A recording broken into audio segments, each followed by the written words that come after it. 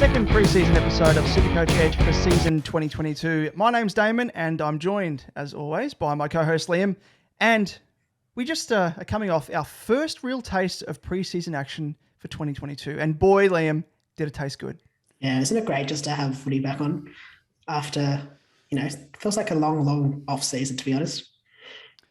It feels like we've just running with the food theme, that we've been starving ourselves. Yeah. I'm feeling a bit famished for footy. What about you? Yeah, I agree. It was just great. Yeah, just getting to watch some more games. Feels a bit closer to the actual season starting. Yeah, and, it's not too long. It's about 20 days or something. 20 days. Yeah, maybe 19 actually. Yeah, wow, it's getting closer. And another 7 million changes to my SuperCoach team to be made. Yeah, exactly. That's the downside of having that much time still left before the start of the season, is that you just have an endless amount of time, infinite minutes almost to change your team. But it's unfortunate. That's inevitable. Good.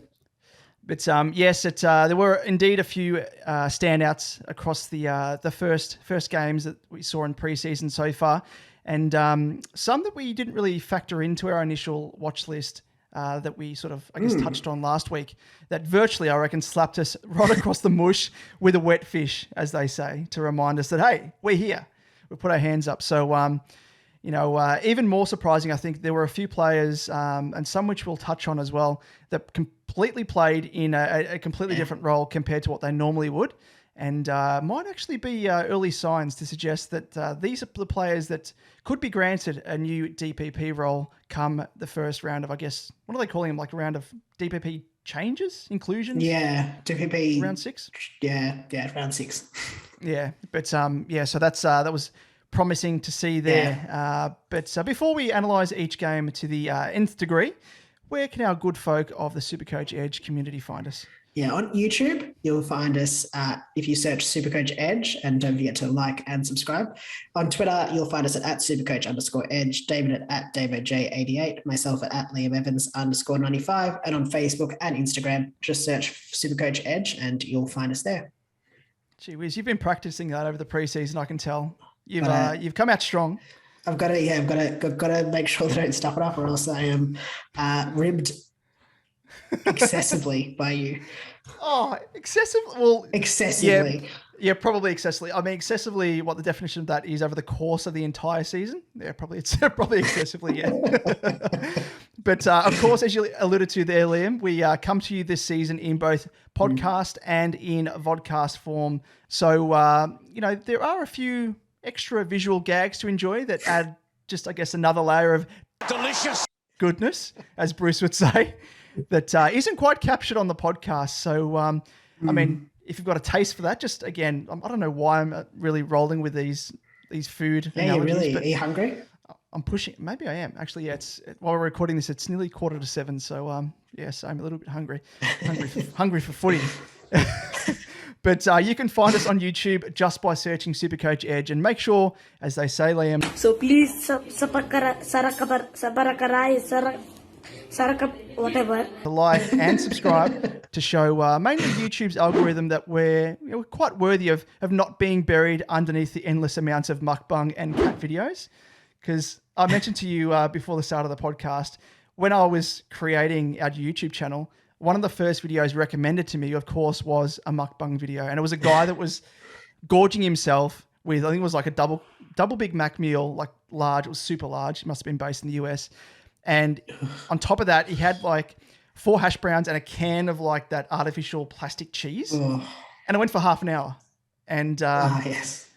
And as I got to the 29-minute mark of watching it, I thought to myself, why would this recommend it to me? So yeah, it's one of those things. But yes, if you are intrigued about the YouTube element, please jump onto that and subscribe, like, and also there's a notification bell there that you can click to be notified when we upload new content. And I guess feel free to comment as well, but no pressure there. Yeah, just a quick bit of housekeeping before we kick off, as we have had a few people hit us up about the Cash League we are running, which is only exclusive to Tier 3 of our Patreon membership. So if you're keen to join, head to www.patreon.com/SuperCoach Edge, but be quick, as spots are limited to only 16, and a few have been snapped up already since last week. I think at the current moment, there's about 13 spots left. In addition, you also get a few extra benefits, such as access to bonus content, entry into our exclusive Discord group, and the opportunity to video chat to both of us, Damon and I, on a fortnightly basis in season to talk trade strategies and more, just in case you don't hear enough of us each week.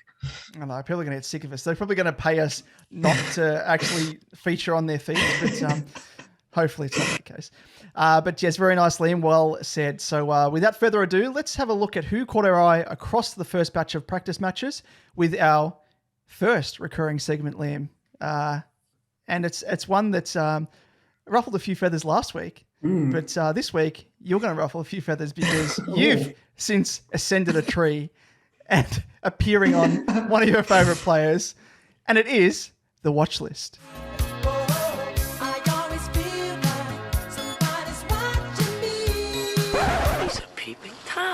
In the watch list, we'll dissect the key players from each practice match held over the weekend. So let's just jump straight in and kick off with the first match, Damon. Yes, and it was your mob up against the Western Bulldogs, and that was actually not a bad match to watch for a number of reasons, and we'll list them here. And the first reason was Jordan Ridley. He's caught a lot of eyes for obvious reasons. He comes in priced at 537,100, and obviously selectable as one of the primo defenders. So we both thought that he was worth mentioning here. And as we mentioned on the last ep, Ridley is back to his intercepting best, and I guess the inclusion of Jye Kelly has freed him up, and we saw that on the weekend. Took around 11 marks, which was quite solid, of course, but didn't unfortunately get a lion's share of the kick-ins, which was a bit unfortunate. And I was hoping to see, because I've currently got him in my team. I don't know about you. You got him in yours? Yeah, I do. Yeah, I do as well. And that was the one thing I thought that maybe they might lean on him a bit more because of Kelly being there. But I guess, was it Redmond? I spotted him taking a couple of... Yeah, it looked like they were kind of just going with the foot closest to the ball, was taking the kick in. So there was didn't seem like there was any particular strategy. It was just kind of a widespread across the team, which maybe it was just practice match, just testing it out. But hopefully we get to see Ridley taking a few more, and hopefully we'll see that in the next practice match. He did take a ripper of a mark as well. Or just actually 2 really good marks. But we'll move on. Lingo style. Yeah, one was. The other one was just like he just stuck his hand in the air and the ball just like landed in his hand. It was beautiful. It was beautiful. As a Dons fan, hopefully takes some more of those. Speaking of beautiful, sorry, just a segue there. We couldn't pass up. Speaking of beautiful, Liam, who have we got next? Yes, we got Andrew McGrath up next, 464k, 0.6k midfield eligible. But could a defensive DPP be on the cards? You'd have to watch his position. He did rotate through the defensive half and through the midfield, a role that we saw in his first season at the Dons as a sort of a defensive small defender. I wouldn't be picking him just yet. But could be one to watch and pick up sort of mid-season if he does continue and get that mid-defensive DPP. And I think he did score 115 on Wednesday. So it's a good role for him, and I think he'll score well. And also, obviously, mixing it up with a bit of midfield time, and it gives him a good opportunity to score well. Yeah, one to watch, especially with that potential defender DPP on the card. So, it's one that's... that caught my eye, and for that main reason there. But another guy who I was eyeing early on before this game, he was actually in my team at stages, but unfortunately, Jye Caldwell, priced at 266,700, selectable only as a midfielder this season. He didn't quite set the world on fire against the Dogs. He only managed a score of only 51, but probably most concerningly, he didn't start the game in the middle, which I thought he might. From all reports, and you'll be able to fill in the blanks here as well. But I mean, obviously coming off a long-term injury last year, and was setting the training alight virtually over the preseason leading into this first game. And I thought, he's going to be best 22, and he's going to start, in the engine room at the very least. But unfortunately, wasn't to be. It looked like he was managed for minutes, and he's actually wasn't the top choice. For the first CBA, which was Merritt, Parrish, and Shield. So I thought Shield was probably one that we're going to try and manage because he is, most recently coming off an injury, but wasn't to be. It was quite strange. But yeah, one to watch, especially coming into this this Amy Community Series game. Yeah, definitely. I think at his price, there's other probably better options in that midfield role. But if he has a really, great game and it is just a case of he was being managed, I mean, maybe he's still what I'd be considering for just watching. Moving on, next cab off the rank is Ben Hobbs, 153.3k midfielder. Obviously, the Don's first round pick, but he didn't really feature much in the game, only playing the one quarter and then playing in the VFL game that was played directly after the practice match. He's probably not going to looking at this stage. It's not looking like a likely first round starter. So I'd watch him, but I'd be planning to not start him at this stage. Yeah, he might be sort of a candidate that we could identify later in the season and hopefully that's the case because you don't want every rookie starting around one. So he might be a handy one to identify later on in the season as a bit of a downgrade option. Yeah, definitely. And for the Dogs, moving on to them, it's an obvious one, but probably should touch on him, and that is Jack Macrae. Everyone should have him locked in their team, and for obvious reason. He comes in at a pricey $699,900, but for good reason, and he showed that as well against the Dons, where he finished with 126, according to Fantasy Freako. And what more can you say? I mean, you've always got to trust Macrae. He can just rack up the ball at will, and is an absolute lock. That's pretty much it. Yeah, definitely. Not much more to add to that. So let's move on to Adam Treloar, $483,200 midfield and forward eligible. So some nice DPP action there. He was probably the best on ground until about half time. He looked just great and was absolutely everywhere. He'd kicked a goal, had about 25 disposals, if not more. But he only attended, surprisingly, about 8 CBAs, and that was out without Smith in the side. I will note that he does love playing the Dons, but I don't think he's a bad pick. I think he's probably one that'd be good for those that don't mind a high risk but high reward player. At this stage is not featuring in my side. I think at that price, I'm not entirely sure I want him. Yeah, it's a fair point as well. And I think the points you made there, especially without Smith being on the side, and then I think the Bont only played half a game as well. If Bont played a full game, would that have meant that Treloar may have only got half of his CBAs that he actually got? Who knows? But yeah, it's kind of hard to see until you see him play in, a fully strength Bulldogs side. So for me, he's on the watch list, most definitely, and he'll stay there based upon, what he showed against the Dons. But I mean, most impressive for me was the fact that he wasn't just marooned up forward. He was actually, when the ball was, transitioning from the Dogs forward line, the opposite end of the field, Treloar was actually following the ball down. And then at stages there, he was playing in the middle, getting a couple of cheeky CBAs. But one that you have to watch, I think, for sure. But probably don't be too hasty about.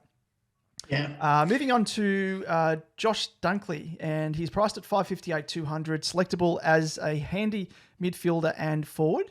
And I guess probably most promisingly was the fact that he had the third most CBAs for the Dogs and scored 124 points, which to be honest, I was really surprised that he actually scored that well. Whilst he was around the ball and did a couple of nice things, I was really surprised that he scored that high. So it shows the impact that he does have. And he doesn't have to be a complete standout to score that high, like someone else we know in Bulldogs colours, Bont.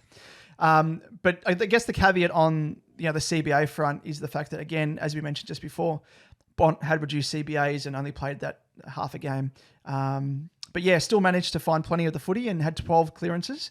And also, as I mentioned from the top there, that midfielder forward eligibility is the complete sealer. I think everyone should have him in their side. Locked into my forward line and has not moved out of that F1 position. Next up, we've got Bailey Dale, 518.3k defensive eligible this year. He took the lion's share of the kick-ins for the Dogs. And I guess with Bailey Dale, you kind of just know what you're going to get. He's a consistent scorer, but his ceiling isn't super high. But equally, in saying that, his floor isn't that low either. So he's probably one for those who don't want to take too many risks. But he's not a bad choice. I don't mind, but probably just not one that it's going to feature in my side at that sort of price level. I think there's better options to start with, really. Yeah, I totally agree with you there. And just quickly as well, because Caleb Daniel, he was kind of sharing the kick-ins with Daniel, and I wouldn't want to select him for that reason either, because I think they will eat up each other's, I guess, ability to generate easy points off kick-ins. But like you said, I mean, yeah, Bradley Dale is one of those guys that you can hang your hat on for a consistent score, but one that isn't necessarily consistently high. So yeah, you know what you're going to get from him. But moving on to the second game, and it did involve my mob, Carlton, up against the Saints, and we got a win on the board. Woo! I can see, as a Carlton supporter, you got to hang your hat on that. So I definitely am. No, I'm not. The lid is firmly on. I hope so. It's coming off slightly. First player to speak of is the captain, outright captain this year, in Paddy Cripps, priced at $454,800 as a midfielder, of course, and hands down, he was the best midfielder of the game and looks to be ready and raring to go. You know, previous seasons, we know he's had a few niggles, back issues and the like, and that really has put, a cap on, I guess, his scoring potential, as annoying as that is. He's kind of, going to last year, he was one guy that really seduced me, and I think he seduced quite a few. I don't know, did you start with him? No. See, I was seduced by, I think it was a Carlton factor got me as well. Yeah. Use the heart. It was probably more heart than head. Except you didn't start Walshy. No, I didn't.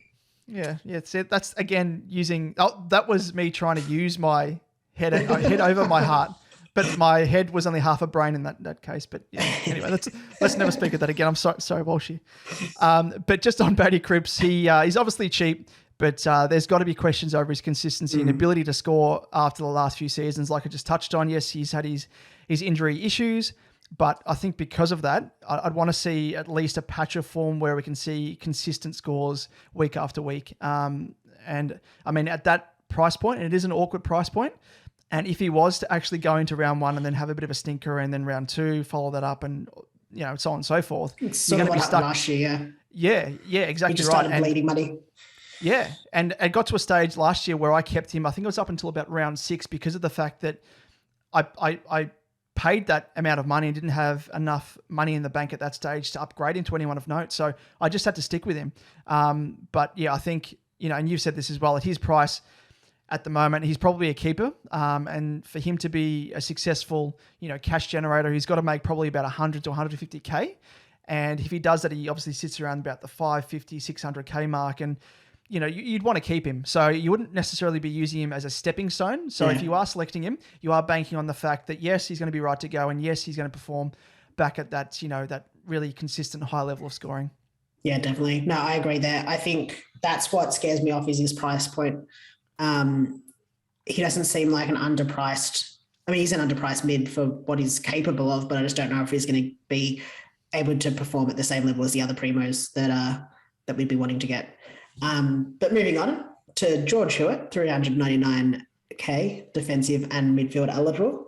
He scored 99 points on the weekend. On the Thursday after a dominant display. Had 14 CVAs, tackled and 1 contested ball, which is all SuperCoach gold. Coming from Sydney, where he was forced into a multitude of roles as the team required of him. He's got that handy DPP status with the def and midfield eligibility. But with Walsh to return at some point, what does his role look like? He's a bit of an awkward price too. To me, he sort of sits in that point where you could be a stepping stone because he's sort of just under 400K. It does mean that if he, wants to make that 150 is going to be 550K. You probably could use him as stepping stone, especially if his output drops off. For me, it almost becomes a bit of a luxury trade. But with the extra 5 trades this year, maybe it's acceptable if you're good at budgeting your trades, unlike myself. And me. A majority of people. But yeah, pretty much. And also on top of that, we haven't really seen him outside of that role as being a tagger when he's been played in the middle. So the jury is out on his true scoring ceiling.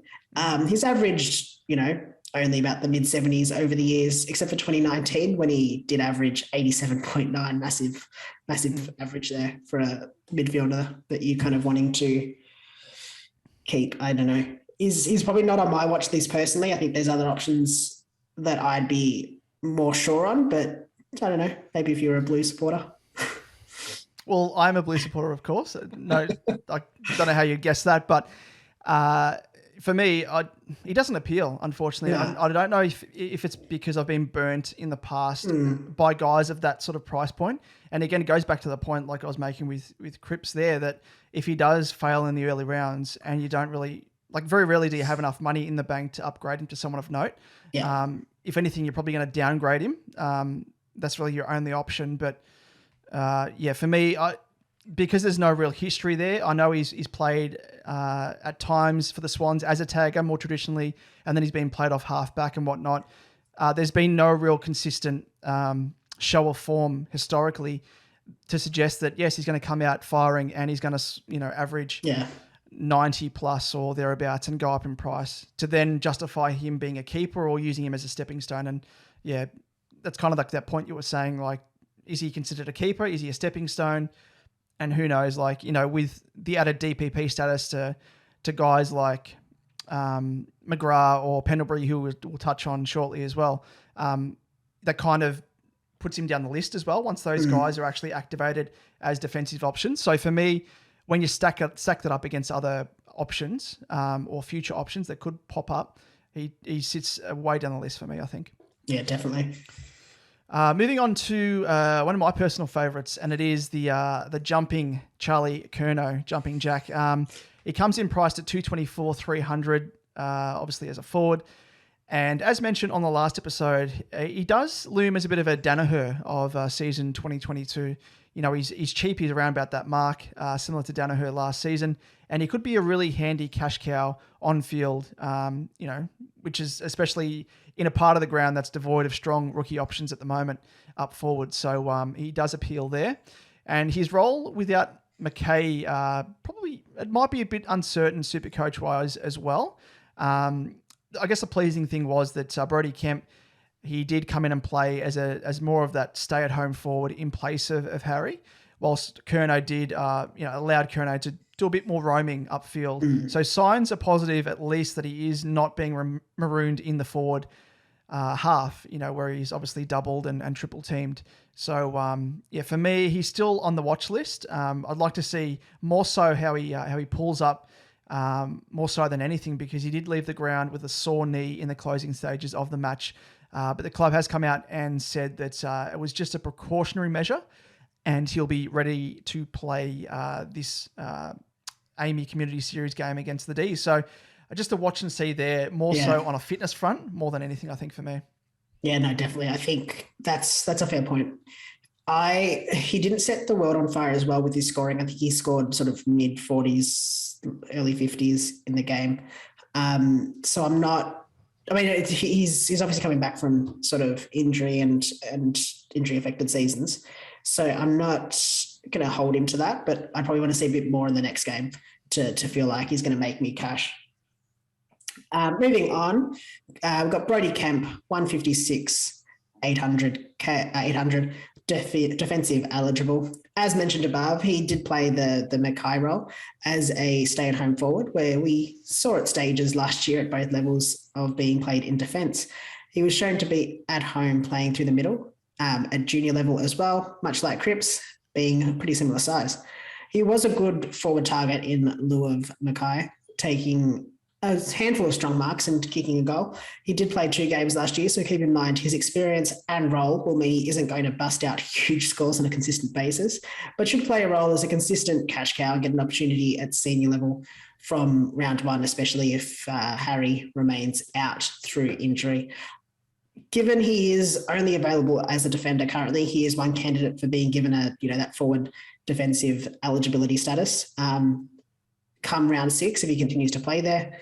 So that's a bit of a handy ace up the sleeve when it comes to potential upgrade planning as well, because you can obviously move him around to bring in whoever's best. The only concern for me is that he would be playing sort of that key forward role, which isn't great for SuperCoach scoring. No key position roles are really ever good for SuperCoach scoring. But I suppose he's at a lower price, so he wouldn't have to score much, but he's probably going to have to score a few goals a game to sort of really consistently score. SuperCoach wise. So. Yeah, no, I totally agree there as well. Like the only reason he's in my side at the moment is because there's not too many options in defense when it comes to rookies that you can really hang your hat on.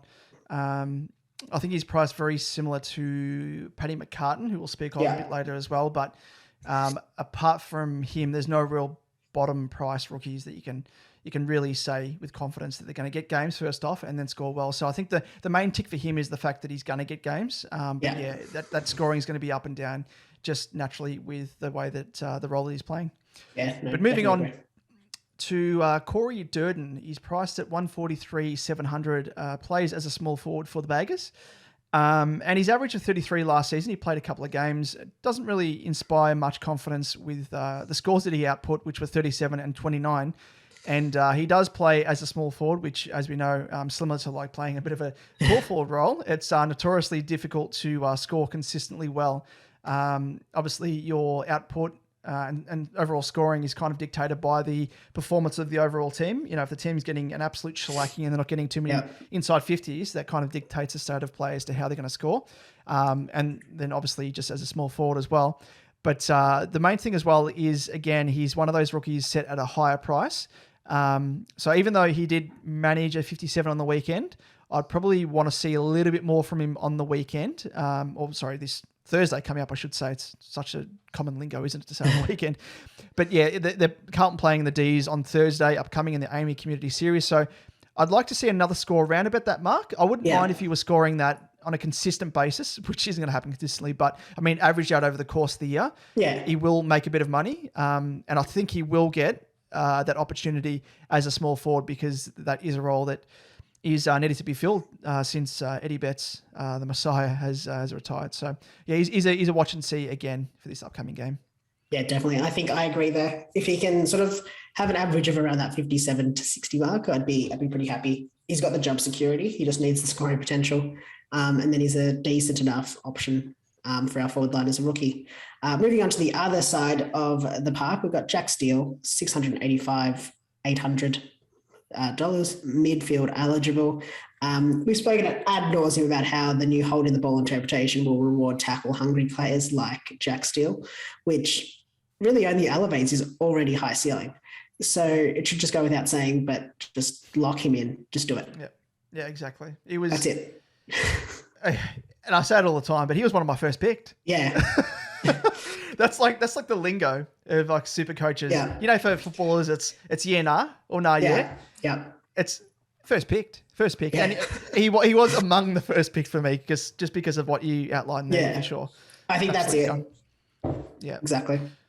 Moving on to round out this game is another guy of interest to a lot of people, not so much myself, especially after what I saw in this game. Jade Gresham, priced at $299,000 even. He's selectable as a forward and a midfielder, and he only had the two CBAs. And I touched on it last week as well. He's one of those guys that has huge raps on him. Obviously has the injury history as well, which isn't a good thing. But for as long as I can remember, people have been coming out saying, in the media and within St Kilda, that he was going to, eventually step into a role in the midfield. And again, just didn't see it, which was unfortunate. So that to me says there's still massive question marks over his, I guess, certain role within the Saints lineup. And, if he doesn't build up a few more CBAs in the next practice match, I'm just putting a complete line through him. Yeah. So unfortunately, just because, his price is so awkward and you can't really justify that level of risk. Yeah, no, I agree. At this stage, I will say the line is in pencil so that I can erase it just in case he comes out and smashes it. But he's pretty much done for me. I don't think I'll be looking to him. I think, again, it's sort of that awkward price. I think there's other options that probably present better value, and we'll touch on those a bit later. Now on to the third unofficial practice match of the preseason, and that was Melbourne v North Melbourne. Max Gawn coming in at $657,400. Ruck, obviously. And he was a forward, though. Yeah, it would be good if he was a forward. It'd be great. He could be a forward, actually. He could be a forward. We never know. That is true. DPP status, love it. Yeah, it could be Nostradamus, just looking into the future. A bit of that crystal ball action. It might be making a return. Could it? Yeah, but let's see. Yep. Anyway, he split the ruck time with Luke Jackson, who did take more CBAs than Gawn, which is an obvious concern. but he does do so much around the ground that does help his scoring. He's not as reliant on sort of being the main ruck, which I think he will still be across the year. It's just that some of his CBAs will be eaten up by Luke Jackson with sort of that split role. He did manage a whopping 138 points on Friday, I think the game was, propped up by mainly through his contested marking. So he's still a lock for me. He's been the premier Supercoach ruck of the competition for so long, and there's a good reason for it. So I think he's a lock for me. Yeah, well, and I only caught snippets of this game. Wasn't able to watch the full lot, but I mean, he did pop up now and again and looked. I mean, he's impressive self with his work around the ground. But yeah, 138 points. Wow, that I must admit, I'm sorry, Gawny, but I've got Darcy in my team at the moment, and he has been in my team probably 90% of the time. He was Gawn was like alongside Grundy, and then I was like, I don't know, like Luke Jackson's really put a rocket up. I get it.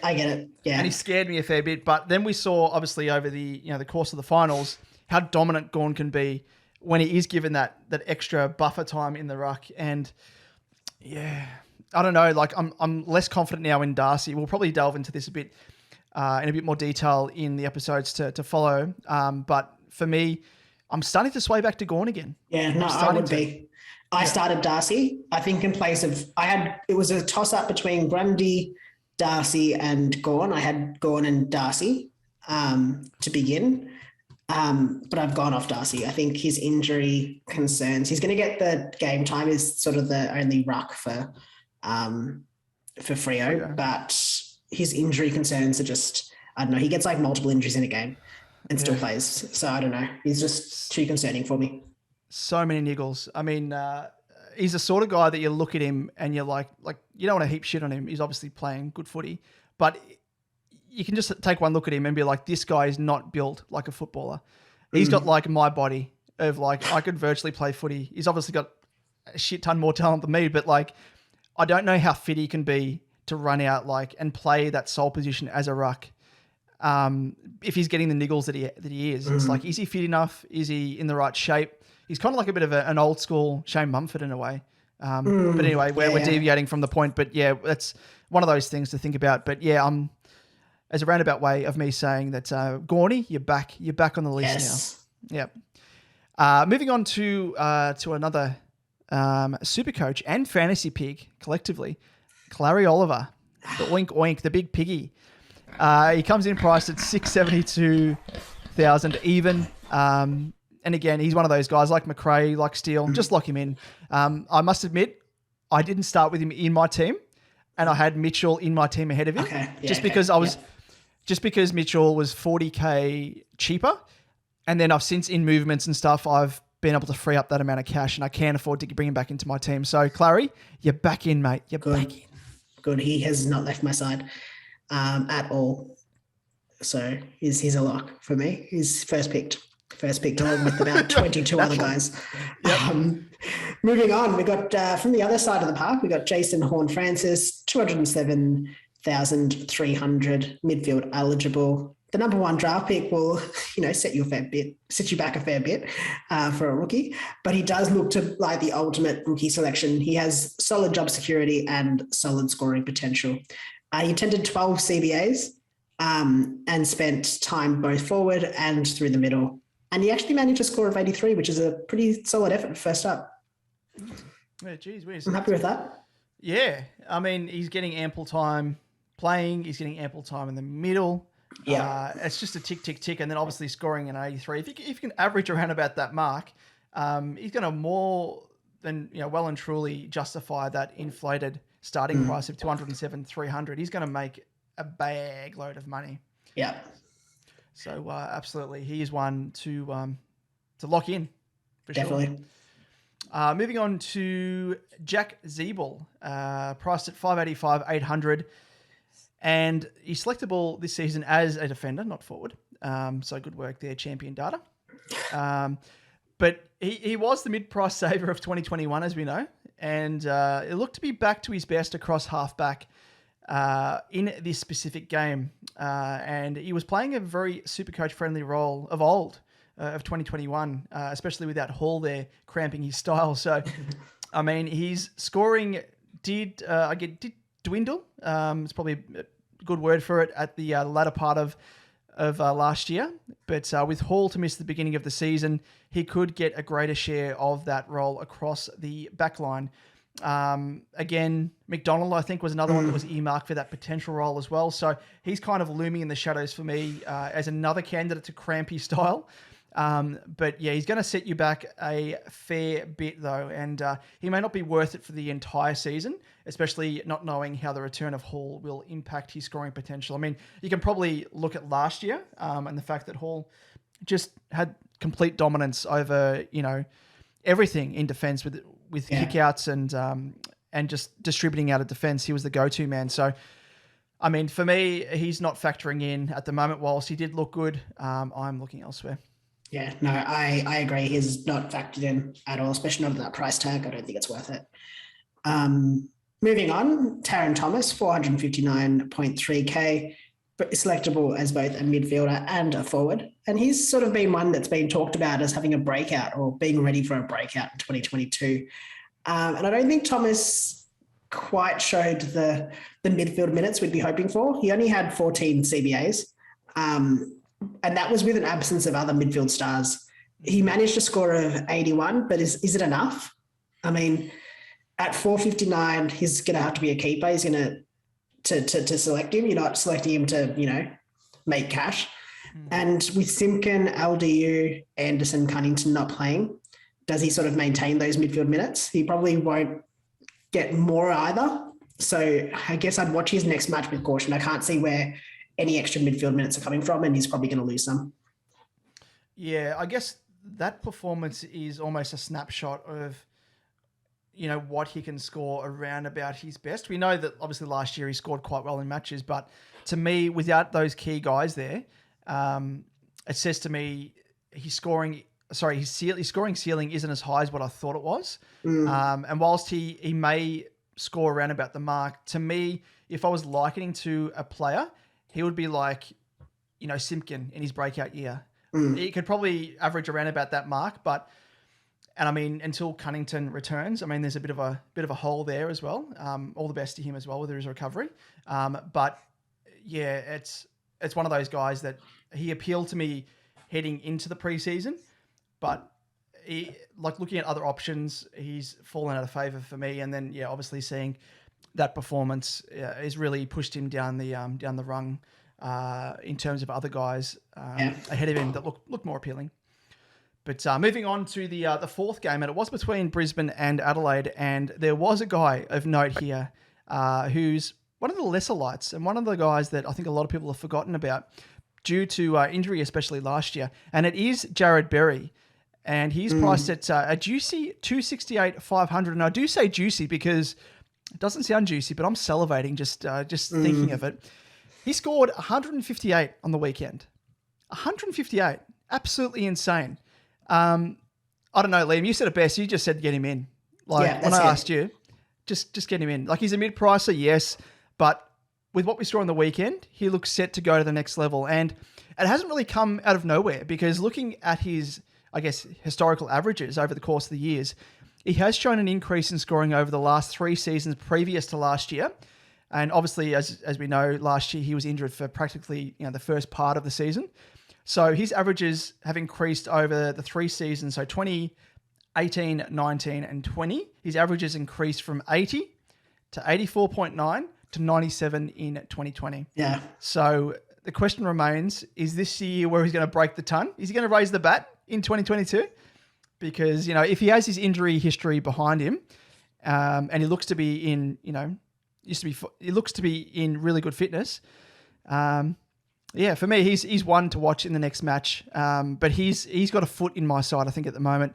But you just got to make sure that it wasn't a one-off. But his role does look good for scoring, and probably more so than another guy we'll touch on in Cam Rayner. And I thought Rayner was going to really step in to the CBAs that Jarrod Berry got and the output that he had. But yeah, he's a bargain at his price, and he should make some serious coin. Yeah, definitely. He's I had to do some restructuring, obviously, with that price point, but he's in my side as of today, and I don't think he'll be leaving, assuming that he shows what he showed this match and the next match. I think he's going to be an absolute bargain. But moving on to another bargain, Lachie Neale, 543.2k, midfield eligible, of course, and Chris Fagan scared us all for absolutely no reason, apparently. Yes, Neale did play some time forward, but he did still manage a score of just the casual 144 off a game high 22 CVAs, and he also managed to kick 2 goals too when he did go forward. Looks to be back at his best and comes at a juicy discount of 178.6k on his starting price in 2021. Lock and load. Yeah, that's it. I can't add anything more to that. You've cherry on the top. I have to say, I moved him out of my side when they said that he was going to be playing forward, and I was like, nah, can't stand it. Had him last year. What? When he lost it, and then now he's back in. I've moved him back in. It's okay. It's fine. That's almost as, what's the word? Blasphemous as me not starting Sammy Walsh last year. Oh, I don't know. Not quite. Everyone's going to have him though. Everyone's going to start with him. Oh no, I've got him back in now. He's back in now. But to take him out, Liam, like you were tricked. Don't get tricked by the coaches. Yeah, that's true. I should stop listening to them. Especially when it comes to Leon Cameron. Leon Cameron. Yep, exactly. Chris Scott. Oh, yep. The Burn Man. Burn Man. Anyway, let's move on. So, next player to have a chat about, and I referenced him just before, and it is Cam Rayner, priced at 278,600, and he's only priced 10k 100 more than Jarrod Berry. But like I said, his performance was the complete opposite. He probably didn't show what other people were expecting either and hoping for in his first competitive match. But I guess, he's returning from 12 months out due to an ACL injury, so you got to cut him some slack. But for me, I haven't crossed him off my watch list completely.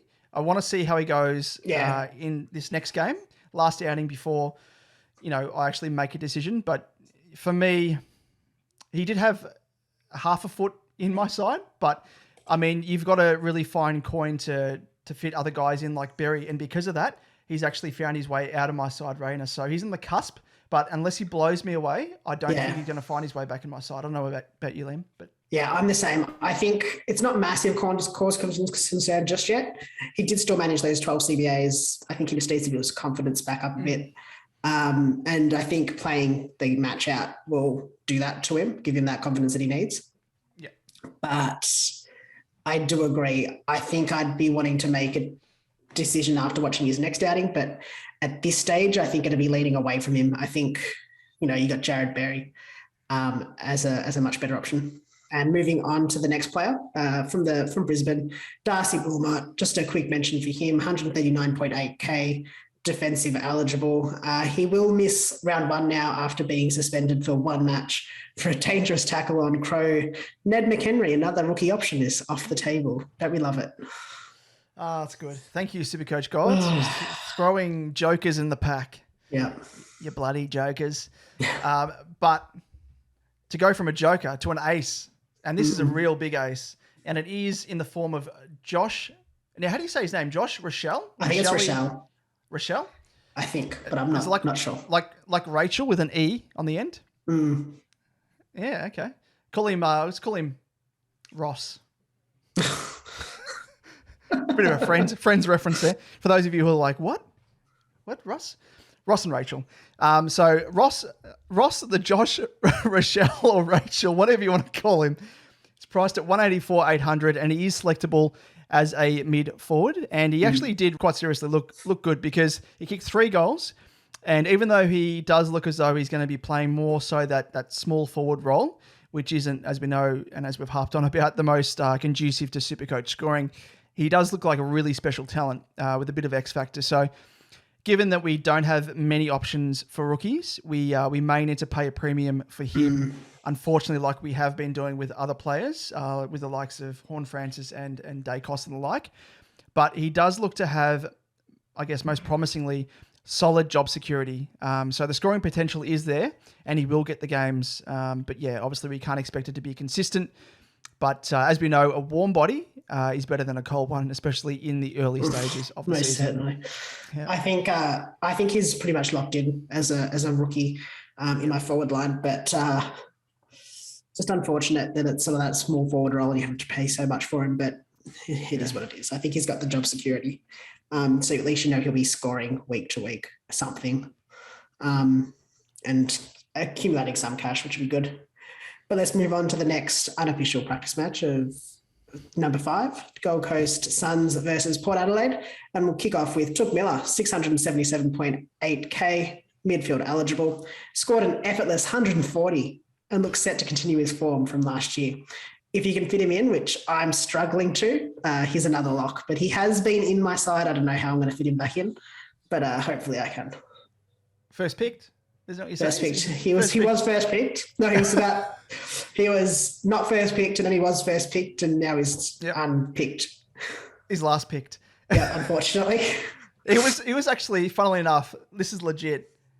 Maybe legit. He was my first picked. Oh yeah, okay, all right. Because I was going through and I was like, yeah. I used my first pick and then I unselected him and picked Macrae. So he lasted maybe all of 10 seconds. Oh yeah, okay. But poor Touk Miller. Yeah, poor Touk. But yeah, if you can afford him, you know what you're going to get from him. Absolute gun. Speaking of guns though, Liam, from one gun to another. Favorite. Matty Rowell, the absolute bull. He's priced at 342, juicy 342,900. And wow, did he have a really good game first up in 2022. And he's kicked it off just how I'd like to see with a score of 118, which of course is per Fantasy Freako. And if he can maintain that, he could end up being, I guess, a very, very undervalued primo M8 option come year's end at the very, very minimum. So he ended up having 18 disposals, and you're thinking 118? Oh, he probably racked it up. No, he didn't have to. 18 disposals, but he had a team high 7 tackles, which obviously helps his scoring. And as you know, Liam, how much I love this guy. Probably almost too much, but just not as much as Walshy, unfortunately. Sorry, Riley. But I have supreme confidence, and I've been saying it all along. If he is 100% fit, and it looks as though on the weekend, there it goes on the weekend again. Sorry, I can't stop saying on the weekend. But actually might have been on the weekend. Yeah, actually might have been on the weekend. Yeah, so it applies. But if he stays fit, and we saw on the weekend that he actually was pretty fit, he's going to produce what we saw in his first year. I have no doubts about it. The guy's an absolute bull, and we know the way that he plays, loves to tackle, and has endless amounts of contested ball out the wazoo. Yeah. Out the wazoo, Liam. I'm just going as far as to say that. And those are both areas that SuperCoach loves when it comes to scoring. So for me, he's a lock and load. He's started in my team, and I took him out at one stage because I was fiddling around with, maybe I could go for Caldwell and save a bit of cash. No, slapped myself across the face and said, you idiot, put him back in. And he hasn't moved since. I don't know. What do you reckon? I haven't had him in my side until this weekend, until today. I just wasn't sold on him, not in a bad way. I think it was more like I didn't want to get my hopes up. I think like everyone gets behind Rowley. Like he's one of those people that just is universally loved, and you just don't want, I didn't want to, maybe we're barking up. Yeah, I didn't want to moz him, and I didn't want to, cause anything for concern. And if I'll take credit for his 118 based off that. But I thought maybe we're barking up the wrong tree just with his injuries. But, he's had a lot of injuries. Maybe that's potentially affecting his scoring, just his confidence in his game. But I'm happy to be proved wrong here. And I hope he can continue this. And he has made his way into my side, which is nice to know. Back on the bandwagon, Liam. Back on the bandwagon, back on the rail train. I don't know what else. Yeah. The roller coaster. Oh no, he is not the roller coaster. He is as steady as they come. It's all highs, baby. He just goes up. We're just ascending into the heavens. Just bang. Watch out for those planes. Watch out for those birds. Is it a bird? Is it a plane? No, it's the roller coaster. And there's only one way. It's up. You know what I think of? This is probably do a meme of this, but like the monorail guy from The Simpsons. Oh, yeah. This is like what I'm going to be doing with the roller coaster. I'm going to be going to from town to town, city to city. I've sold roller coaster to Brockway, Ogdenville, and North Haverbrook, and by gum, it put them on the map. and just banging my drum, get on the roller coaster. And the way is up, baby. Moving on. Yes, moving on. Lachie Weller, 400.3K, eligible as both a midfielder and a forward. A role change across halfback is the reason that Weller has made his way onto our list. He took kick-outs with his precision kicking, and it could help his scoring potential with a lovely SuperCoach-friendly role. I'd probably want to see more from him. I think at his price, there are better options at the forward line. Some we'll discuss, literally next. But his DPP status is handy. But just keep in mind, as a mid forward already, he obviously won't become defensive eligible as well. So he's already sort of maxed out his DPP status. Yeah, he's a watch and see for me, I think. But yeah, it's going to be hard to try and fit him in any way. Yeah, unfortunately. I agree entirely, especially with the next guy only being 40K extra. Exactly, and you'd want to be parting a bit more dosh. Don't be flimsy. Don't be a tight ass. Yeah. Fork out an extra 43K 300, and you get yourself a Zach Butters. So he is priced at 443 600, selectable as a forward, which is even better itself. And yes, this man is a really, really great option at a relatively similar price point. Butters had a game high 167 SuperCoach points as per Fantasy Freako. So we're not just talking out of our asses here, folks. This is from Fantasy Freako. This is legit. And he's been a lock in my side from the get-go. And I know he has for you as well, hasn't he? And just with his potential roll through the middle, we saw it last year in patches before he got injured twice, I think it was.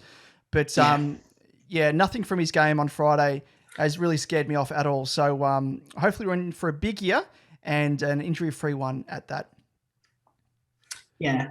I think, again, at this price, just going to make it note, you're picking him as a keeper in the forward line. He's going to be, 540 if he makes 100K and, 590 if he makes 150. There's no reason you'd be trading him out there. He's not a stepping stone. He's a keeper. So just keep that in mind, I think, when you're picking him. But moving on to another rookie option who's defensive and midfield eligible, Josh Sin, or Sin.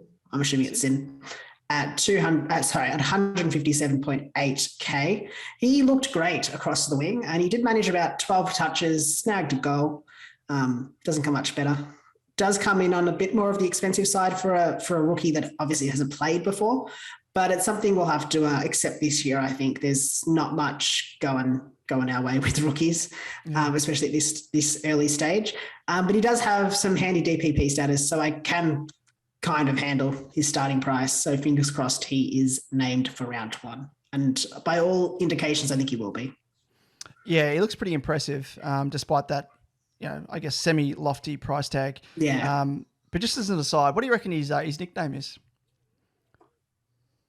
I don't know. What? Surely it's got to be Deadly. 7 deadly sins.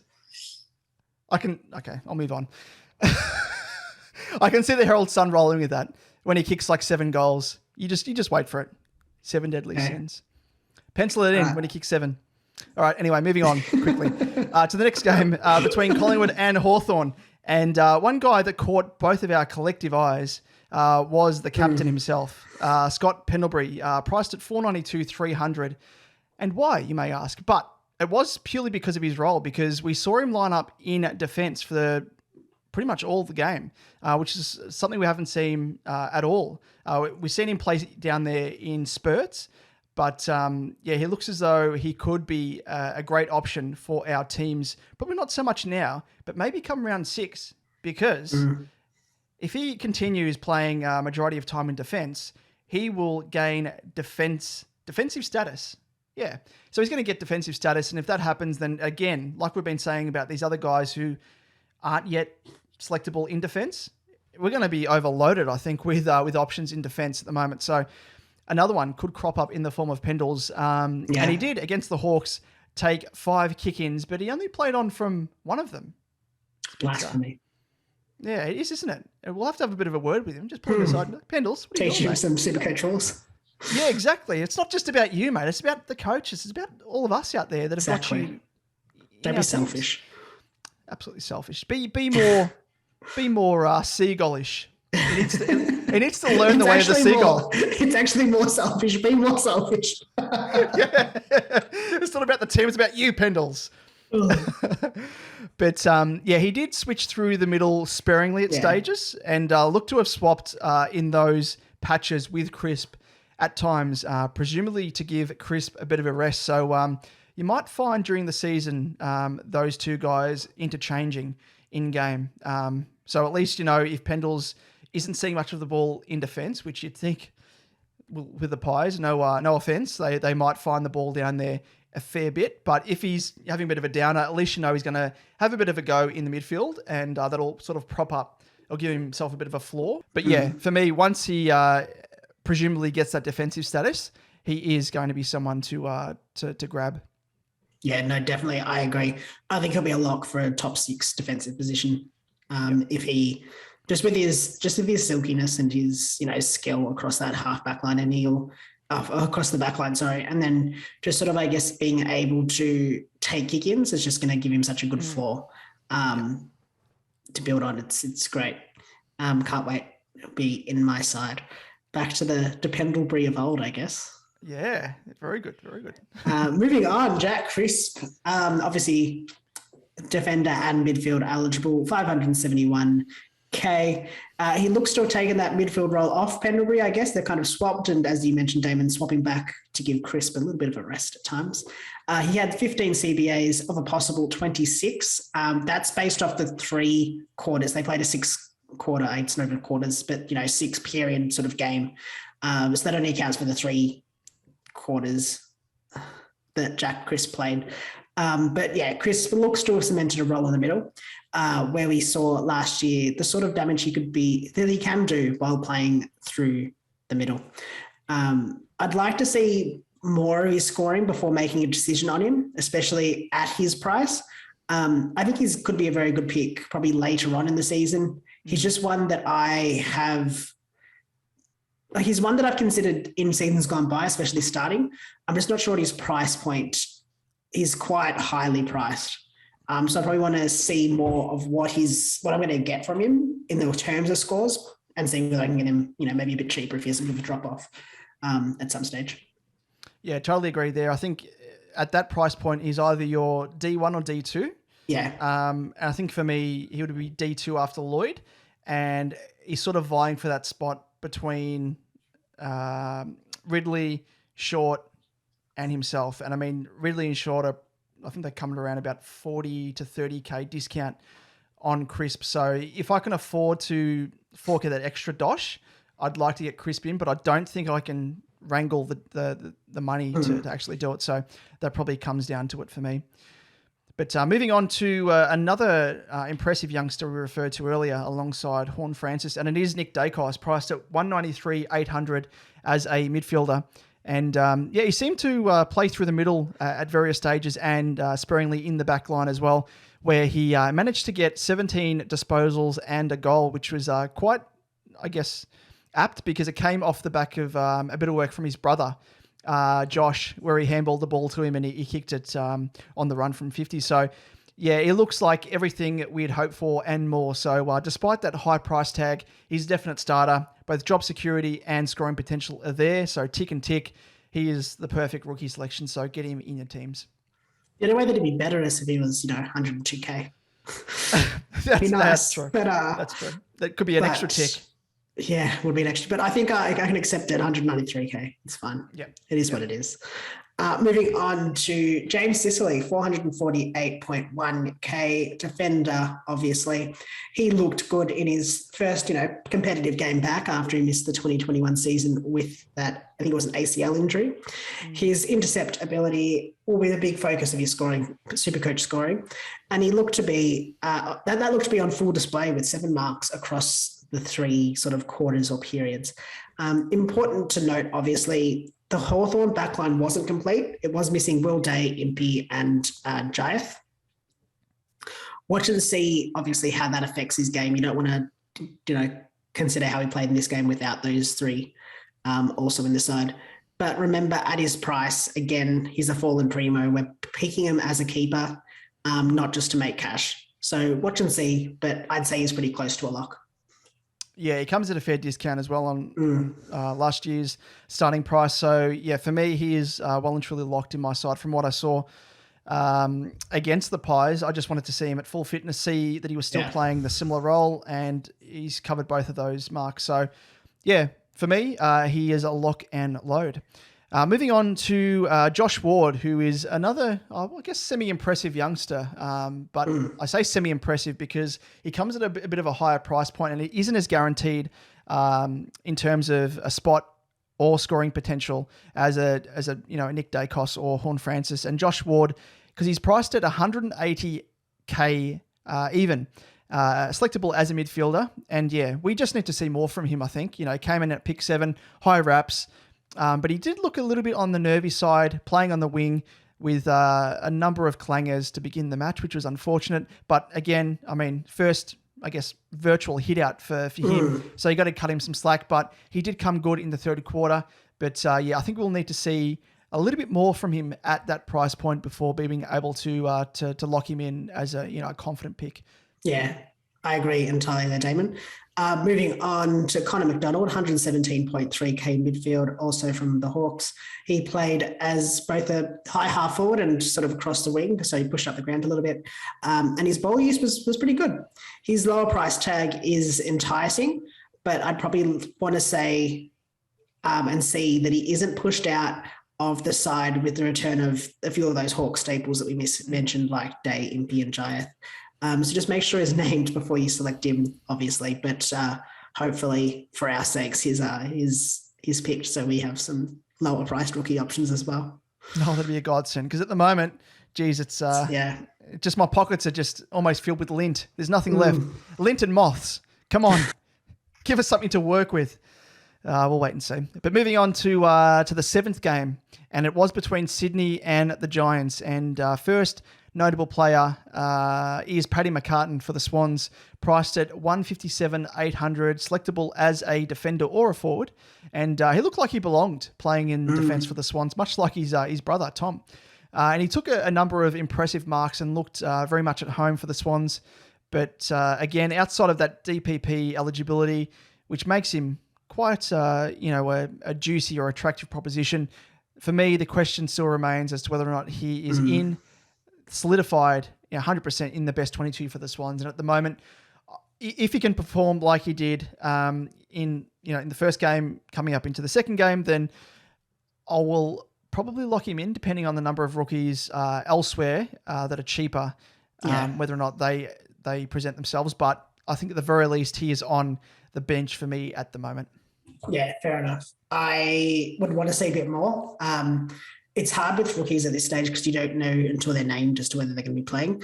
So I'm obviously always just sort of looking at a wide range. I wouldn't rule him out, but hopefully he's able to sort of remain in that best 22 and be a consistent scorer for us. But moving on, Dylan Stephens, 167.8k, midfield eligible. Stephens is he's helped by the departures of both Dawson and Hewett, but I don't think he showed a great deal on the weekend. I'd wait and see just how he looks in the next game before selecting him in your side. I don't think he's a lock by any means. No, absolutely. Just a wait and see there, especially at that price. Isaac Heaney was another guy who we speak about every preseason, it seems like, just because he's always at an attractive price point. And he's again this year at 454,500, selectable also as a forward. So that helps his prospects. And he's been touted to be playing more midfield time, again, like I said, in every preseason heading into every year, as opposed to, playing up forward. But even though he did record 13 CBAs in this game, the midfield struggled without Callum Mills, which probably didn't help, and he is out injured at the moment. But he also did revert at stages to playing back in defence. Playing back more as a half forward as the game went on. So, it's like he started promisingly and then just shifted more to that forward role where, he's more accustomed to and what we sort of know him to play more of. So when you then factor in his injury history, which as we know, it's quite storied, it means that despite that promise of what he could be, playing more time in the midfield, Heaney is probably, again, a player that I'm going to miss and not really give a lot of day to, because of the fact that I've been burnt a couple of times by him, and a lot of people jumped on him last year because I think he bottomed out at a really juicy price, and then he came good at patches, and then he fell away again. So for me, I'm just looking elsewhere, just straight up. Yeah. I mean, he did make his way into my side at one stage, just in one iteration, based off the fact that he'd be getting more midfield time, but he pretty much made his way straight back out because I, slapped myself and said, Liam, he's injured all the time. But look, if you do really want to pick him, my advice, as always, whenever I talk of picking Heaney, is you have to keep a trade up your sleeve for when that inevitable injury occurs. It's going to happen. He's going to get rested. Something's going to happen. Just make sure you've got the trade up your sleeve just in case. But again, at that price tag, you're picking him as a keeper in your forward line. And I just don't think it's going to happen, unfortunately. Yeah, moving on. Jake Lloyd, the Seagull, love him. 586.6K defensive eligible. It's just another lock for me personally. I don't think he's my first pick every year, along with Oliver, Grundy, Gawn, about every other player that I have in my side. But while he didn't get the lion's share of the kick-ins that we'd hoped for, and especially with the departure of Dawson, he still remains good value. I think is just, what you're going to get with Jake Lloyd. He's a consistent scorer. I think his ceiling probably won't be as high without those kick-ins, without the massive share of the kick-ins. But I'd be watching the Swans next preseason game just to see what the kick-in situation is really like. But I'm pretty comfortable picking him. He's not called the Seagull for nothing, let's be honest. Yep, I've stocked up on extra bags of chips. I've ordered, made sure to upgrade my medium meal at Macca's and Hungry Jack's and the like to a large, just for that reason, just to give him some spare chips. Got to feed the old pet, Jake Lloyd. So yeah, he's a staple of my side, definitely 100% in, and first pick for my side as well. Moving on to Stephen Canilio. He's another juicy prospect at his price, which is 261,300, selectable as a midfielder and a forward. And I know that he's one that you probably harp on about, probably for other reasons, Liam. But for me, at that price point, I can't say no. Yeah. He managed 13 CBAs across the 3 quarters that he did play against the Swans, and he looked to play predominantly through the midfield, which is very good. But no doubts he's going to end up playing up forward in stints, because Leon Cameron is that sort of coach. I think with his price tag and DPP eligibility, he makes himself a good pick, and everyone's going to go for him, I think. So it does offset that risk per se. So for me, that is the reason why he's in my side. But what are your thoughts, Liam? Yeah, I think I made my thoughts known last week. I didn't have a mass. I'm not sure. He's back in. After I went on about how I wouldn't have him if he was in F3, he's currently in F3 in my side. I think what I saw, he's back in vogue. I think what I saw was good enough. I think I was just worried that he was going to get marooned in the forward line constantly. I'd want to see it again this week just to make sure, because we have to note that Jacob Hopper didn't play, so that may eat some of Cogs's mid-time. But I don't know. I think it should be okay. I think I can manage it. He's a forward mid eligible. He's at a juicy price. He won't have to score that well for a long period to just make some coin and then move him on. Yep. No, for sure. That totally makes sense. So I think I'm okay with him on my side. I was just hoping to get him to a lower position as opposed to F3 if I could. Yeah, I see what you mean. Yeah. It all depends how you're structuring and stuff. Yeah, I'm very much the same as well. Especially at that price point, it'd be good to have at least 3 primo options. But I think in the forward line, there isn't too many sure primos that you can hang your hat on, apart from Dunks and Butters, for me anyway. Outside of that, there's still question marks over the likes of Jordan De Goey. He comes to mind. Treloar, who we spoke of earlier as well, who we're still a little bit unsure about. So Heaney, he has as many. Heaney. I think he shares as many question marks as those guys. So I think just based on price point alone, that's the reason why I'm going for him in F3. But yeah, totally understand what you mean there. But there is another teammate as well who has been spoken about to play more forward, who we were surprised with in this game as well, weren't we? Yeah. Well, Timmy Taranto, the Birdman of 2021 for Liam. Not for me, baby. Not for me. 529.7k mid and forward eligible. Taranto is another who Leon Cameron has us jumping at shadows. Will he play more midfield time? Will he play more forward time? Or won't he? What will he do? No one knows. Not even Leon Cameron, because he just flips a coin and decides on the game day. Doesn't even decide, he just flips a coin and says, that's like what you're doing now. Like Two-Face. Yeah, pretty much. His voice of reason is a coin. But he did play predominantly through the middle against the Swans, and he looked impressive. But I know, Damon, you don't really trust Leon Cameron. Neither do I. He's definitely going to pull a shifty on us, and it's just going to all come crashing down. I feel like that's what happened to me last year, and he pulled a Swifty on me, put him forward after I traded him out, and he kicks 6 goals or something. It's ridiculous. He was the main reasons to my, what do you call it, renaissance? Like my rise back at the ranks, and my, as we referred to it last episode, my Stephen Bradbury performance, of me beating you, because I think I was 2 games behind you in our head-to-head. And he was part of the reason. He kicked 6, and then he played a bit of time in the midfield and still kicked bags of goals.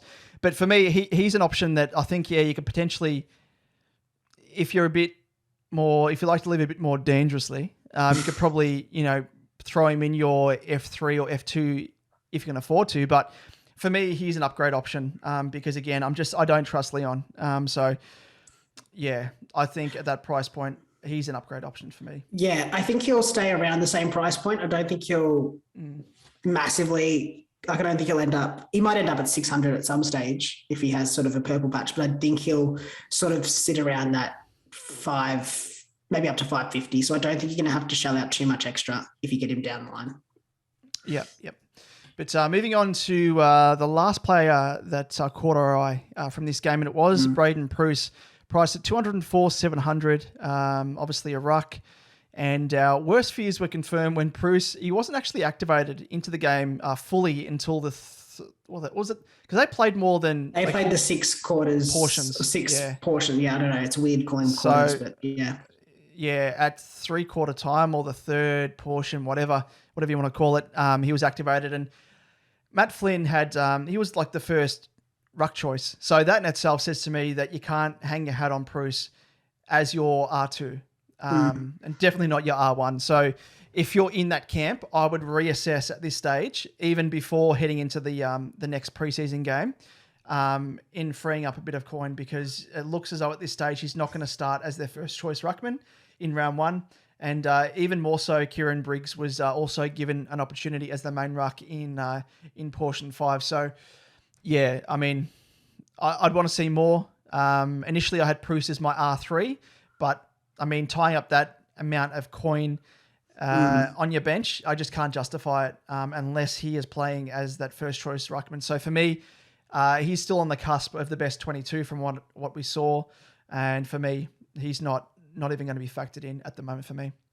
No, I traded him out. He was on my R3. I've moved him on. I was a bit sick of it. Bit sick of his lack of scoring and sort of that lack of surety of being a best 22. But let's move on to the next game. West Coast v Fremantle. Let's kick it off with Nick Natanui, 627.4k, ruck eligible. He's, I guess, the pod of the ruck options, and he's not a bad choice. Nick Nat manages some great scoring despite his managed time on ground. Looking into his 115.3 average from 2021, it's mainly made up, his points are sort of mainly made up of hitouts to advantage at 61 points per week. He also records the least points from disposals and marks. And I think that just shows that he doesn't need much of the ball to actually score well. So these stats are actually from some handy posts and spreadsheets shared by our good friend of the show, Emper. So check him out on Twitter at EMPR. Would I personally go for Nick Nat? The answer is probably maybe. He's on par with Grundy price-wise, but I think ownership-wise, Nick Nat will end up being a bit of a pod compared to the likes of Grundy, Gawn and Darcy. I don't dislike the pick if you're a bit of a risk taker. He did score pretty well last year. I think he he turned up in most games last year in the end. I think there was like 2 or 3 that he didn't. But I think that the tried and true Gawndy combo is what I'd suggest at this stage. Yeah, I'm very much in that camp of the Gawndy, even though at the moment it's the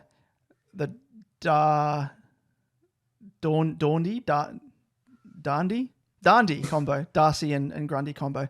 But yeah, for me, he doesn't really factor in too much, even though he does score quite well with limited game time. I think at the moment his ownership's around about 10%, but interesting to take note of that. But for me, Gawndy combo every day of the week.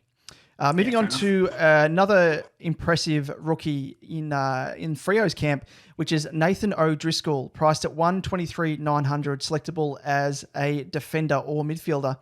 And without wanting to jinx it, Nod, as we'll call him, or Noddy, looks all but certain for a round 1 debut on the wing and off halfback for the Dockers. And at that price, with his DPP status, I think he's a rookie lock. Should get ample opportunity in a young Freo side and is shown quite a few promising signs. Yeah, I think as long as his name will be in my side, decent price, midfield, DPP status, great. But moving on, Will Brodie, 224.3k, forward and midfield eligible. He did play a heap through the middle against the Eagles, and that did catch the eye with those 19 CVAs that he had. He's a cheapish option, I guess, for a forward role, cheapish, which is what we need without any solid cheap rookies at this stage. I'd probably want to see him cement his spot. Fife and Mundy didn't play in the scratch match. So I want to see them in the side before I could really make a call. But I'd watch and see another week before making the final call. But at this stage, he's out. He's not in my side.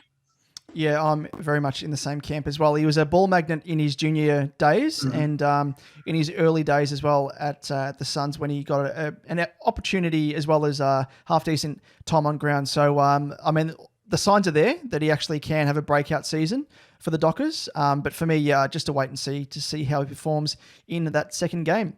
But rounding it out, just a note as well, Campbell Chesa, or Chesa, I don't know how you'd pronounce his name, but youngster for the Eagles who was still priced at 148,800 as a defender and a midfielder. A lot of people had him in their team. So this is just a word of warning that if you weren't across it, unfortunately, he did cop a foot injury in that game, and he will miss approximately 3 months, unfortunately. But of course, the silver lining here, from a SuperCoach standpoint, is it gives us a bit of a downgrade option later in the season when he returns, and highly touted for the Eagles. So no doubt he will get an opportunity at some stage when he is fully fit. Yeah, and now moving on to the final game of the sort of the unofficial practice matches was Geelong versus Richmond. Sam De Koning, 123.9k, defender and forward. Sam didn't do much to catch the eye, played a pretty defensive role, which probably won't be very conducive to scoring. Jack Henry also missed, so there's no real certainty of his job security. So poor job security and poor scoring potential doesn't really bode that well, even at 123.9k. If he's named, I don't know, maybe he could sit on your bench, but I've got no, there's no, my gut feel is just that he's probably not going to get that extended run that we probably want from him if he's going to be scoring poorly. Yeah, and we know as well from this particular coach of the Scott variety, we know what he can do with youngsters as well. He can give them a game and then they could be playing a half-decent game and then they get dropped. So for me, he is someone that I wouldn't be banking on, in your starting side. So yeah, just make sure that you have other backup options there in case he does get dropped. If he does look as though he's named for round 1, because yeah, he could be dropped at the drop of a hat. Moving on to Tom Stewart, priced at 585,700, and despite returning from a Liz Frank injury sustained last season, he didn't really look like he missed a beat, really. He returned in fine fiddle, had a great season prior to injury, of course, and looks set to continue that on if that game just gone is any indication. He's a player definitely on my watch list, as he is yours, I know, Liam. So I'd need to find a way to fit him into my team. And again, he's in that same sort of around that mark as a Crisp, a Ridley, or a Short. So yeah, again, that injury still lingers, even though it looks as though he's in really good form. Took a really awesome mark as well in that game. Bit of a Jezelenko, you beauty about it. But yeah, for me, he's on the cusp, but I'll wait and see how he performs in the second game. No, definitely, I agree. Moving on to the next player, next comer off the rank, it's Tyson Stengel, 247.5k, forward eligible. He played a pretty good game, bringing 4 goals, but we can't expect performances like that from him every week. He's playing as a small forward who will be reliant on goals for good scoring performances in SuperCoach. So I'd watch his next game before bringing him in. His elevated price means he'll need better scoring to get you the requisite cash before you cull the cash cow. So he'll need, to get that 150 K, he's going to have to score better than, someone at a 120, 150 sort of K mark. Yeah, it probably comes down to you'd need to sacrifice someone like a Charlie Curnow who's around that similar price point. So wait and see how he performs in the next game and make a decision off the back of that.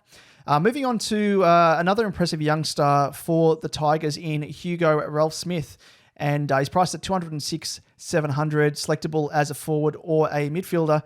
And he actually played a really great game off halfback, taking, I guess the role that the now retired Hooley had.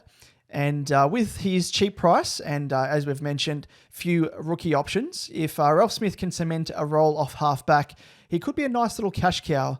But I'd probably watch for the next game, especially because of the fact that Rioli didn't play. And as we know, last season, Rioli was playing that halfback role late in the year. So it could be a bit of a competition for that specific spot.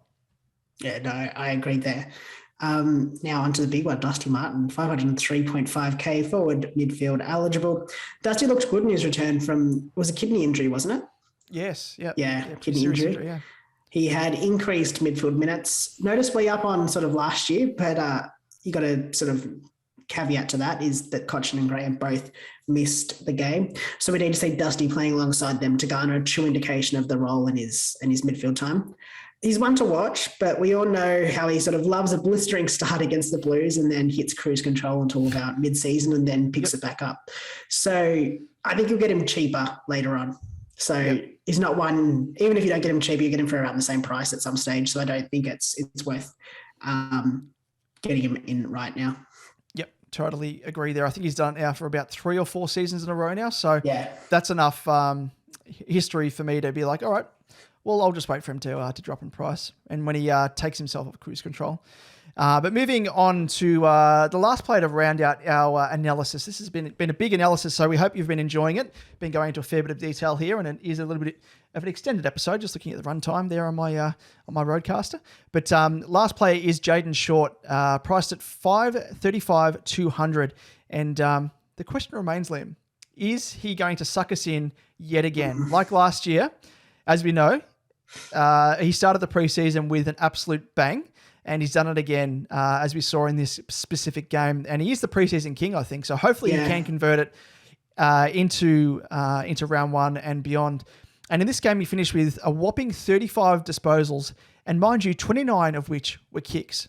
So that in itself shows that he obviously had a really big game in itself. But he did share the kick-in duties with Vlosten, so he didn't have that, as we call it, line share over the kick-ins. For me, it comes down to Ridley and Short. Like I've been saying, Ridley, Short, Crisp, those guys, they're sort of vying for the same spot. So whether or not he gets a starting spot in my team or whether or not he's an upgrade option comes down to probably this next game. And that will be a bit of a coin flip. It's a bit of a 3-sided coin flip if you could do that at the moment. So, just wait and see for me. Yeah, I don't mind the pick of Short. He can manage to rack up the possessions off halfback with 10 touches and 6 marks in the first quarter alone. His lethal long-range kicking also helps his SuperCoach scoring, especially when paired with a kick-in, obviously. He's a great pick, but not on my list at this stage. I think I'd want to see more, and I think other options present more value at this stage. Now, that brings us to the end of our first practice game analysis. We'll be watching the next set of official practice matches with bated breath, hoping to get a better sense of which rookies we can count on, which mid-prices present the best value, and praying there's no injuries to our beloved primos. We've already had a few. We don't need any more. my number one beloved Primo and Walshy, but we won't go there. But thank God we've gone to the end because I've run out of water and I'm getting a bit of a cotton mouth at the moment, to borrow a term from me, myself, and Irene, Jim Carrey. So I need a bit of water. But excuse me, I'm just gonna go and have a drink later. Yes, thank you so much for tuning in to this this mammoth episode. But before we wrap up, let's just remind the listeners where they can find us. Yes, you're on YouTube. You'll find us if you search SuperCoach Edge, and don't forget to like and subscribe. On Twitter, just search @SuperCoach_Edge. For Damon, @DamoJ88. Myself at @LiamEvans_95. Facebook and Instagram, just search for SuperCoach Edge and you'll find us there. But Absolutely. Damon, what about our Discord? Of course. I can't forget that. We spoke about it at the very top of the show. And just to round it off, again, yes, we are offering 3 tiers in our Patreon this year. So for $5 a month, you can get access to our exclusive Discord where you can chat with other SuperCoach Edge diehards and access exclusive bonus content. The next tier up is $10 a month, and you get the same benefits as tier 1, of course, but with an exclusive fortnightly live stream chat with Liam and myself. And now for the big one, which is tier 3, and it is, of course, the Cash League, which a lot of people have been hitting us up about. So for $15 a month, which I guess in perspective is probably the price of 3 coffees over the course of a month. So cutting back 3 coffees over those 4 weeks, that's what it's going to set you back. But just in terms of what you'll get in return for that, because you need to get value for money, and boy, do you get value for money, because you get all benefits from tier 1 and tier 2, but you also get access to that exclusive SuperCoach Edge Cash League where you get to compete against Liam and myself and other diehard SuperCoach fans. And you're playing off for the top prize of $400, a shiny SuperCoach Championship ring, courtesy of SuperCoach Championship Rings, and of course a guest spot on the last podcast. So there's only, as we said, 13 spots up for grabs that are remaining. So if you're keen, get in quick. We'll put all the links in the show notes on YouTube and on Spotify, Apple Podcasts, and wherever you're listening to the podcast at the moment. So get in quick, check that out, and if you want to sign up, do so relatively quickly before the spots are snapped up.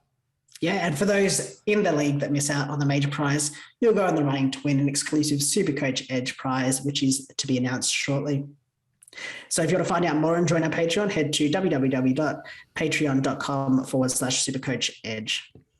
And also, I know a lot of people out there will be thinking, oh, what about your free SuperCoach Edge group? Yes, we will be releasing that next week at the conclusion of, I guess, the official AME Community Series preseason game. So we'll be tuning in for that, and we'll be releasing the code for that as well. But to round it off, that brings us to the very end of the show, and I think it's time to buckle ourselves in for a last bit of preseason study with the AME Community Series games kicking off this Thursday again with my mob, Carlton, facing the D's. But until then, thanks so much for joining us. Yeah, catch you next week.